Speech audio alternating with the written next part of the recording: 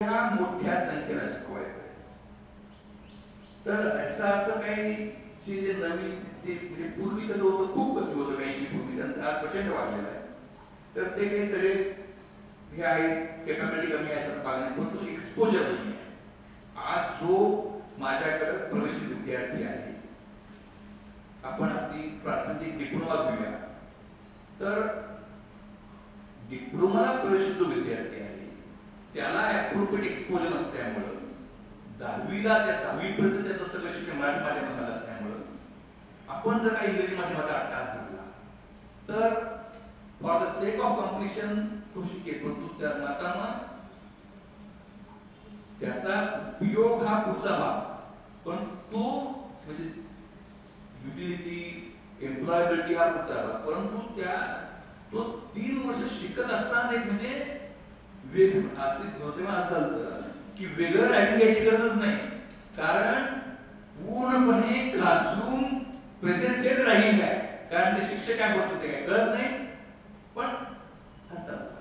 तर किमान पक्षी ते तरी सुसह्य व्हावं, म्हणजे मराठीत सांगितल्यावर आपल्या ज्या क्लिष्ट संकल्पना आहे त्या सगळ्याची उकल होणं म्हणजे थर्मोडायनामिक्स मधली एंट्रॉपी ही कुठल्याही भाषेत सांगितली ती करणार नाहीये, पण करण्याच्या प्रक्रिया ज्याला आपण सूडो अंडरस्टँड, म्हणजे आता सूडो अंडरस्टँड खूप खूप सूक्ष्म पातळीवर उदाहरण देतो. टेम्परेचर आणि एंट्रॉपी. तर टेम्परेचर जी संकल्पना आहे ती मला कळते का, तर आता त्यात सुद्धा टेम्परेचर स्केल लॉगॅरिथमिक आहे, म्हणजे 30 आणि 40 मध्ये जो फरक आहे, 40 आणि 50 मध्ये फरक आहे, 50 60 मध्ये फरक आहे, पर्सेंटेजच्या बाबतीत तो वेगळा आहे. मग आता टेम्परेचर मध्ये ॲब्सोल्यूट 0, त्याच्या खाली निगेटिव्ह का नसतं हे कळतं का, हे कळतं. म्हणजे टेम्परेचर हे तसं कळणार नाही पूर्णपणे, पण काय आहे ऍटलीस्ट साधारणतः ढोबळमानं सांगितल्यावर हे गरम आहे का गार, हे टेम्परेचरच्या बाबतीमध्ये एका ऍव्हरेज विद्यार्थ्याला चांगल्या प्रकारचं सुडो अंडरस्टँडिंग होऊ शकतं. म्हणजे टेम्परेचर हे किमान पक्षी नीट सांगितलं तर कळल्यासारखं तरी वाटेल, कळेल नाही हा पुढचा भाग. पण एंट्रॉपी ही जी संकल्पना आहे ती तुम्ही किती जरी कुठल्याही माध्यमात सांगितली तरी कळणं तर बुधूरच, ती कळल्यासारखी देखील वाटणार नाही, म्हणजे ती तर अवघडच आहे. त्या अशा काही अपवादात्मक गोष्टी सोडल्या आणि आता जेव्हा येणारा विद्यार्थी वर्गाच्या एक्सपोजर त्याच्या त्यावेळेच्या क्षमता मर्यादित आहे, तर त्यावेळी काय केलं पाहिजे, अशा काही आपल्यामध्ये बरेच क्लासिकल टीचर असतात, पण आजच्या मुलं काय करणार नाही, ज्याला हे साधन तो ते काय करणार, तर ती इंटरडिपेंडेबिलिटी ज्याला आपण प्रीरिक्विजिट म्हणतो त्याचा अट्टा सोडला पाहिजे. तो अट्टा सोडून काही संकल्पना या कळणार नाही हे त्याला आधी सांगितलं पाहिजे. नाहीतर मग कसं आहे, बऱ्याच जगातले बरेच प्रश्न तरी सुटलेले असते, तर शिक्षकांना विद्यार्थ्यांना शिकवताना काही ज्या अशा मूलभूत अत्यंत अवघड संकल्पना आहेत त्या ह्या जगामध्ये तुला तर करणार नाही, पण माझ्यासह कोणालाच कळलेलं नाही आणि त्या करणं आवश्यक नाही हे सांगितलं असतं, तर ज्या कळण्यासारख्या वाटण्या संकल्पना आहेत त्या तरी बऱ्यापैकी कळल्या असत्या. तर त्या म्हणजे आज शिकणाऱ्या वर्गाला म्हणजे आता काय म्हणजे हे डायल्युशन आहे का, एका अर्थानं तांत्रिक दृष्टीनं सायंटिफिक विचार केला तर आहेच, परंतु डायल्युशन करायचं नाही म्हणून बोजड इंग्रजी शब्द वापरायचे आणि त्या एक्सपोजर कमी असलेल्या क्षमता मर्यादित असलेल्या विद्यार्थी वर्गावर अनियमित अत्याचार करायचे हे तर जस्टिफाईड नाही. त्यामुळं किमान पक्षी आणि आता तर सगळंच केलं आहे आणि तामिळमध्ये तर खूप पूर्वी केलं होतं, म्हणजे आता नाही खूप 15 वर्षापूर्वी बी सिव्हिल मेकॅनिकल तामिळमध्ये होतं. तर आता काय करता येतं, ज्याला आपण विंग्लिश म्हणतो, Vinglish neither English not Marathi, म्हणजे हायब्रिड लँग्वेज वापरायची ज्याच्यामध्ये म्हणजे आणि हे वास्तव आपण केवळ चुकीचं म्हणजे अगदी सोपं, व्होल्टेज इन्क्रीज होत आहे. सो अगदी सोपे म्हणजे व्होल्टेज इंग्लिश शब्द, इन्क्रीज इंग्लिश शब्द आणि होत आहे. एक उदाहरण मी तुम्हाला तर म्हणजे कसं आहे, स्टुडंट सेंट्रिक सिस्टीम मध्ये विद्यार्थ्याचा जो inner circle, cognitive circle of the learner, cognitive circle of the learner हा त्या लक्षवेध घेतला पाहिजे. कॉग्निटिव्ह सर्कल ऑफ लर्नर लक्षवेध जर का मला घ्यायचा असेल तर तुम्ही कसा घेतो महत्वाचा नाही. मग त्याच्याकरता मी अगदी गावठी पद्धतीने तिथं जाऊन जरी बाण मारला तरी चालेल, पण तसं मी करणार नाही. मी एवढ्या अंतरावर जाणार आणि असा मारणार तो मग बाण कुठे लागत ते नाही. त्यामुळे विद्यार्थ्याच्या ते जे कॉग्निटिव्ह सर्कल आहे त्याच्यामध्ये शिक्षकाला प्रवेश करता आला पाहिजे. आणि ते कॉग्निशन सुद्धा जे आहे ते रिअल कॉग्निशन. समजा किती म्हणजे आपण विचार करत असताना त्या प्रोसेसचा मुद्द्यावर येतो. एक शेवट हा शेवटचा डायव्हर्जन संपूर्ण सर काय होतंय, ठीक आहे, मी कुठल्या इन्स्टिट्यूटवर ब्लेम करत नाही, कुणाचं चुकतंय कळत नाही, स्टुडंटचं चुकतंय का आपलं चुकतंय काय, तुमच्या इन्फ्रास्ट्रक्चरचं तुमच्या करिक्युलमचं चुकतंय हे माहीत नाही. पण आता ऑब्झर्व काय व्हायला लागलंय, आपला एखादा ग्रॅज्युएट इंजिनियर बाहेर पडतो, त्याचं जर प्रॅक्टिकल नॉलेज बघितलं तर ITची मुलं त्यांना ऐकत नाही. रिअल फॅक्ट आहे. 50% to 70% स्टुडंटमध्ये ही रिॲलिटी आहे. हे काय तुमच्या NEP मध्ये असं मॉडिफाय करता येईल किंवा त्याचा इंटरेस्ट कसा वाढवता येईल की सो दॅट ती सुपेरियर होतील, असं काय आहे का? नाही, आता कसं आहे सर, मी अतिशय मानवी प्रश्न उपस्थित केलेला आहे की, आणि त्याचा मी व्यावहारिक उत्तर दिलं पाहिजे की NEP अशी काही जादूची काढली नाही की ते इम्प्लिमेंटेशन स्ट्रिक्टली झालं पाहिजे. त्याची आव्हानं भरपूर आहे. स्ट्रिक्ट इम्प्लिमेंटेशन आपण म्हणतो तर कसं आहे, आज नॉर्म्स कडक केले तर जे विद्यार्थी पास होतील त्याचं प्रमाण प्रचंड कमी होईल. नॉर्म स्ट्रिक्ट करा म्हणत नाही, इम्प्लिमेंटेशन प्रॉपरली आपण इम्प्लिमेंटेशन इम्प्लिमेंट सांगतो अगदी वास्तव आहे. भारतामध्ये संख्येचं आव्हान इतकं मोठं असल्यामुळं प्रॉपर इम्प्लिमेंटेशनला जे रिसोर्सेस पाहिजे ते आपल्याला नाही वास्तव आहे. त्यामुळं सुदैवानं एकच मोठं हे आहे की आज सुदैवानं ऑडिओ व्हिज्युअल मीडियम आणि YouTube म्हणजे कंट्री वाईड क्लासरूम हा 1986 मध्ये प्रयोग केला, परंतु त्याच्यावर होता की तो रेकॉर्डिंग असायचं, दिवसात 2दा मला नंतर बघता यायचं नाही. आज YouTubeच्या माध्यमातून म्हणजे पुस्तकं बरीच शक्य होती परंतु ती एकट्याला कळत नाही, परंतु प्रभावी YouTube सेशन जर का असतील आणि एखादा बऱ्यापैकी त्याच्याविषयी इच्छा जर असेल, म्हणजे आज लर्नर आज काय झालंय तर learner with active interest can easily get whatever he desires, एवढा झालाय. पण आणि आता पुन्हा लिथार्जी ही एक माणसाची नॅचरल टेंडन्सी आहे, त्यामुळं ते उपयोग झाला म्हणजे प्रॅक्टिकल करायला नको म्हणतो, कॉम्प्युटरवरच प्रॅक्टिकल पाहिजे.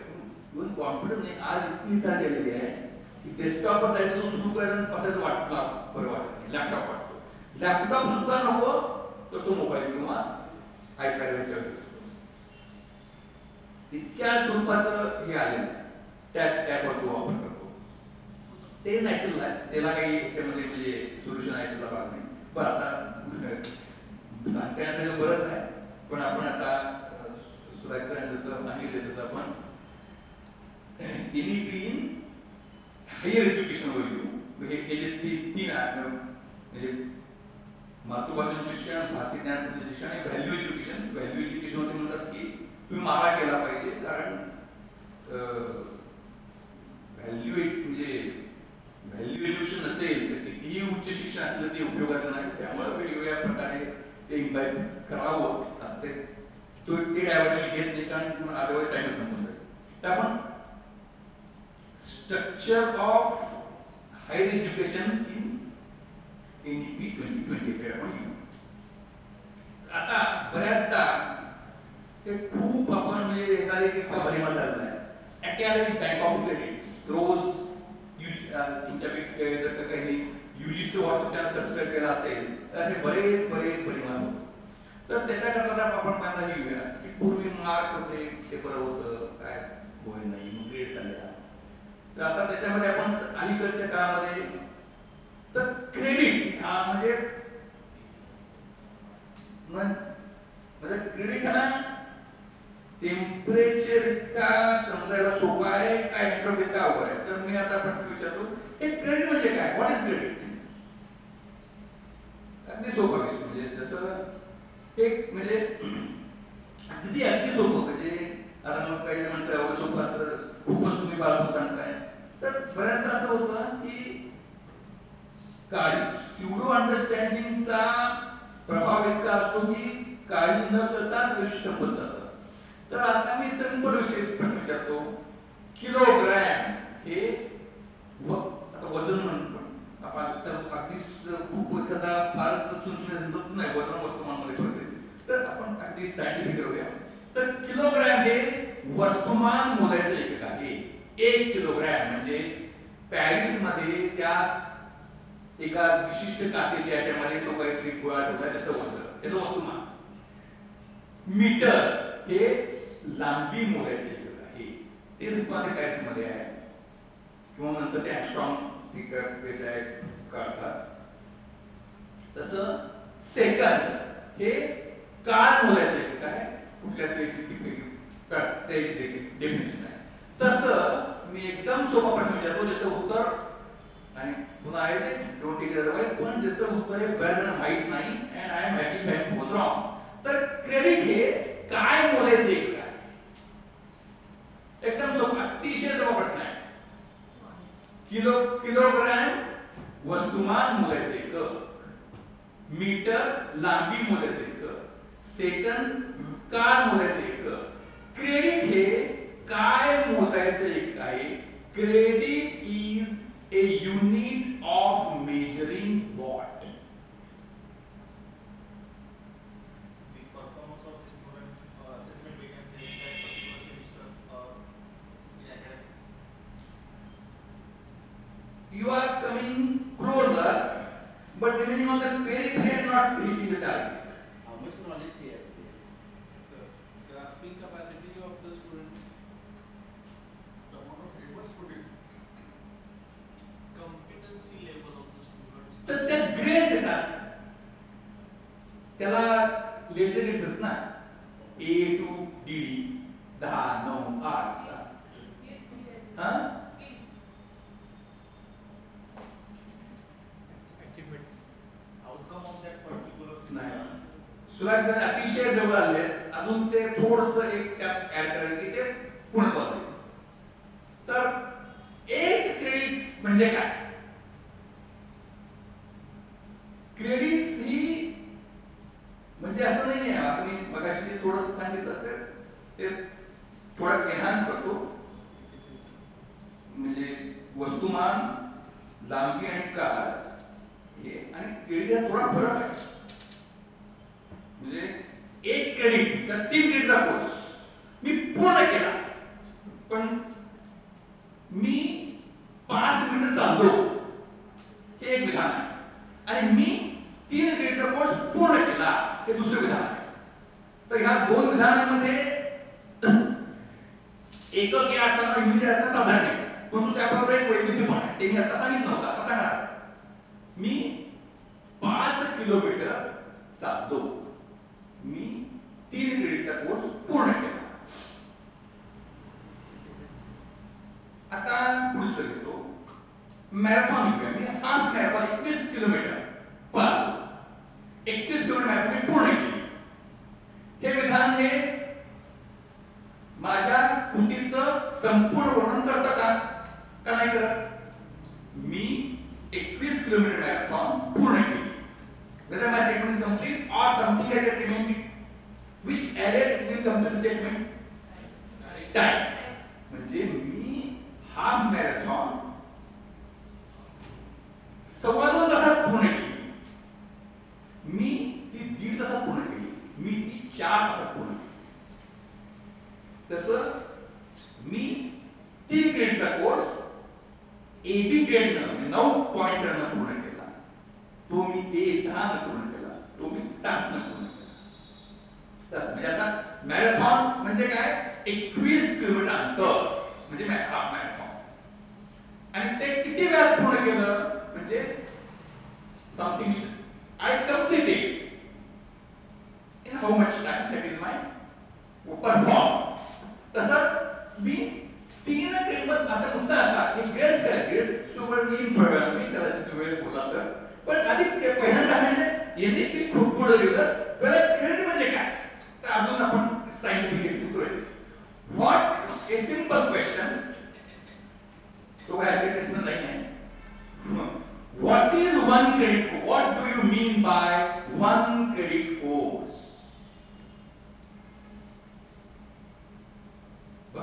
आता एक पुढचा प्रश्न विचारतो. स्ट्रक्चर असतं शरीर आहे, म्हणजे बाटूमध्ये आहे, ॲटॉनॉमस बॉडीमध्ये आहे, पण DOT मध्ये पण आहे, फक्त अजून शिवाजी युनिव्हर्सिटी ॲफिलिएट बॉडीमध्ये नाही, पण बाकी सेटेड आहे. तर स्ट्रक्चर असतं LTPCR, बरोबर आहे? LT म्हणजे आय सोडून टाकायची, बरोबर? LTP hours CR. तर आता एकदम सोपं पण घेतलं तर हे दिसते आपल्याला की हा मॅथमॅटिक्स तुटलं जातं. कोणाला त्याला आपण फिजिक्स घेऊया. इंजिनिअरिंग फिजिक्स 3 तास आठवड्यात 3 क्रेडिटचा कोर्स. आणि इथं इंजिनिअरिंग फिजिक्स लॅब 3 वरचं मॅथ सोडून देऊ, फिजिक्स कडे घेऊया.